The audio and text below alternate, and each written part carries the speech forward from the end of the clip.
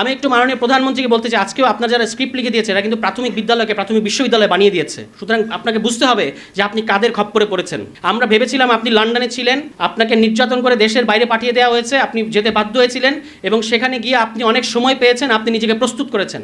কিন্তু আমরা যেটা দেখতে পাচ্ছি, আপনি মুখ খুললেই যে অবস্থা দাঁড়াচ্ছে, এর চেয়ে আপনি যে নির্বাক জেস্টার পলিটিক্স করেন সেটাই বোধহয় ভালো। এবং আপনি মানুষ প্রশ্ন করা শুরু করেছে। আপনারা একটা জিনিস বুঝেন, মাননীয় প্রধানমন্ত্রী থাকা অবস্থায় যদি মাননীয় স্বরাষ্ট্রমন্ত্রী কথা বলেন তার পক্ষে, এটা খুব বাজে মেসেজ যায় ওই প্রশাসনের কাছে, ওই অ্যাডমিনিস্ট্রেশনের কাছে। কারণ তারা র পাওয়ারকে, কারা ক্ষমতা, কে ক্ষমতা, এটা দেখে সবসময় অ্যাক্ট করতে থাকে। ফলে আপনি যখন স্বরাষ্ট্রমন্ত্রী যখন মাননীয় প্রধানমন্ত্রীর পক্ষে কথা বলেন, তখন পুরো প্রশাসনিক পাওয়ার সেভাবেই শিফট করে। তো আমরা আপনার ইন্টিগ্রিটির পক্ষে।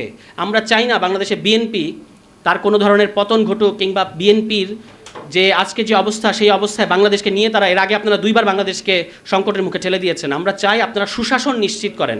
এই ফ্যামিলি কার্ড এবং এই পরিবার, আরেকটা যেন কি, ওই ফ্যামিলি কার্ড আরেকটা হলো কৃষক কার্ড, এই কৃষক কার্ডের এই গিমিক রাজনীতি বাদ দেন দয়া করে। এগুলো হচ্ছে না, কিছু হচ্ছে না। আপনারা 2 দিন পরে এটা চালাতে পারবেন না, এটা বোঝা যাচ্ছে এখনই। শুধুমাত্র আপনারা ওই নির্বাচনে একটা প্রতিশ্রুতি দিয়েছেন, যেহেতু সব জায়গায় ফেল করছেন, সমস্ত রাষ্ট্রীয় প্রতিষ্ঠানগুলোকে মেরুদণ্ড ভেঙে দিচ্ছেন, এখন এই ফ্যামিলি কার্ড এবং এই আরেকটা কী কার্ড, কৃষক কার্ড দিয়ে একটা গিমিক তৈরি করার চেষ্টা করছেন। কিন্তু ইতিমধ্যেই এগুলো যে আপনারা চালাতে পারবেন না সেটা কিন্তু প্রমাণিত হয়েছে। নির্বাচনী শুধুমাত্র প্রতিশ্রুতি দিয়েছেন বলে আগামী যে বাজেট আসতে যাচ্ছে সেখানে ইতিমধ্যেই আগের বাজেটের তুলনায় 17% বেশি আপনারা বাজেট করার পরিকল্পনা করেছেন। কোথা থেকে এই টাকা আসবে? বাংলাদেশের মানুষকে আপনারা বোকা একটা ব্লাফের মধ্যে দিতে চাচ্ছেন। এবং যাকে অর্থমন্ত্রী বানিয়েছেন তিনি তো নিজেই জানি না কোথায় মাথা বর্গা দিয়ে রেখেছেন যে এই রকম একটা আইনকে তিনি পাশ করতে যাচ্ছেন। এখন আমাদের কথা খুব পরিষ্কার, আমরা আপনাদেরকে হুঁশে আসতে বলতেছি।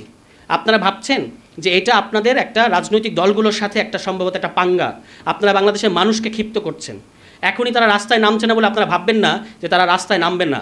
আপনারা সবচেয়ে বড় ভুল কোনটা করেছেন আমি বলি, এই অধ্যাদেশ তো বাতিল করছেন, এই জুলাই সনদকেও তো আপনারা বাস্তবায়ন করবেন না, আর গণভোটকে তো খেয়েই ফেলেছেন। কিন্তু সবচেয়ে বড় যেই ভুলটা আপনারা করেছেন বুঝতে পারছেন না, ওই যে বলে না যে কোন দিক থেকে কোন ছোট জিনিস আপনাদের জন্য কোন বড় ডিনামাইট হয়ে বার্স্ট আউট করবে, এটা কিন্তু আপনারা এখনও ধরতে পারছেন না। সেটা হচ্ছে বিসিবিতে আপনারা যে কাণ্ডটা করেছেন। আপনারা একটা জিনিস মনে রাখবেন যে আমরা সারাদিন জুলাই সনদ, সংস্কার ইত্যাদি নিয়ে কথা বললেও বাংলাদেশে কোটি কোটি তরুণ হয়তো সারাদিন এগুলো নিয়ে চিন্তা ভাবনা করে না, কিন্তু তারা ক্রিকেট ফলো করে।